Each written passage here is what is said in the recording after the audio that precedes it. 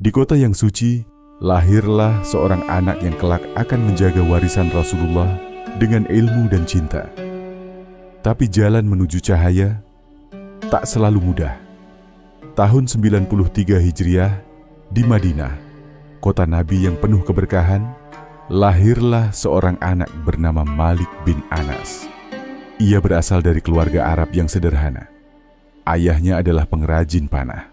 Tapi, takdir punya jalan lain. Sejak kecil, Imam Malik tidak seperti anak kebanyakan. Ia tak tertarik bermain pedang atau berlarian di jalanan Madinah. Ia lebih senang duduk, memperhatikan, mendengar, mengingat.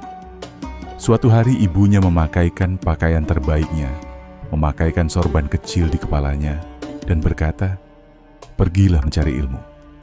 Tapi lebih dulu, pelajari adab." Malik kecil pun mendatangi majelis-majelis ilmu, duduk bersila di bawah para ulama besar. Ia belajar dari lebih dari 900 guru. Tapi satu nama paling berpengaruh dalam hidupnya, Rabi'ah Ar-Ra'yi, sang ahli fikih dan hadits. Setiap hari ia menulis, mendengar, menghafal. Ia tak mau berbicara sebelum merasa benar-benar yakin dengan ilmunya. Tapi ilmu bukan tanpa ujian. Malik pernah ditimpa fitnah. Ia bahkan dicambuk oleh penguasa saat itu karena fatwanya bertentangan dengan penguasa Madinah. Punggungnya memar, tapi hatinya tak pernah goyah. "Aku tidak mengeluarkan fatwa sebelum ada 70 ulama yang menyetujuinya," ucapnya suatu ketika. Imam Malik percaya, ilmu adalah amanah, dan amanah harus dijaga walau dengan luka. Di usia matang, Imam Malik menulis karya agungnya, Al-Muwatta, kitab hadits dan fikih paling awal yang tersusun rapi.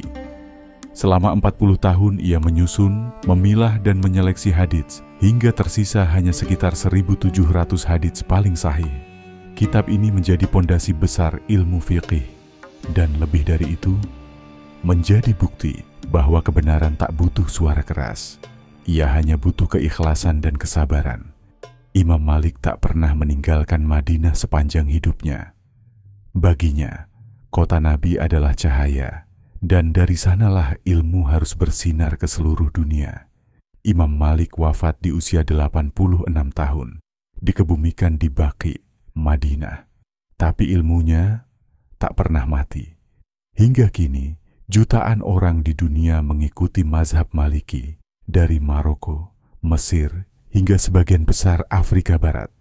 Ia bukan panglima perang, ia bukan raja, tapi ia mewariskan sesuatu yang lebih berharga, ilmu, adab, dan keteladanan.